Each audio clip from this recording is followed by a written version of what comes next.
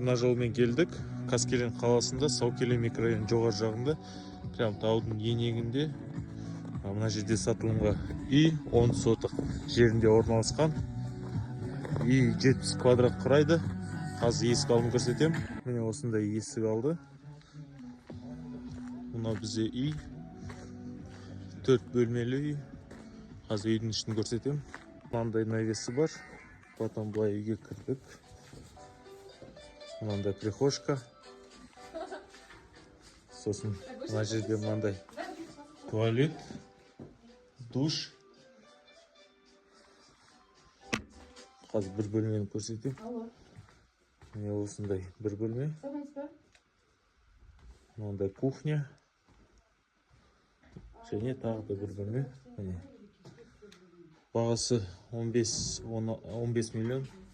Хабарласыңыз.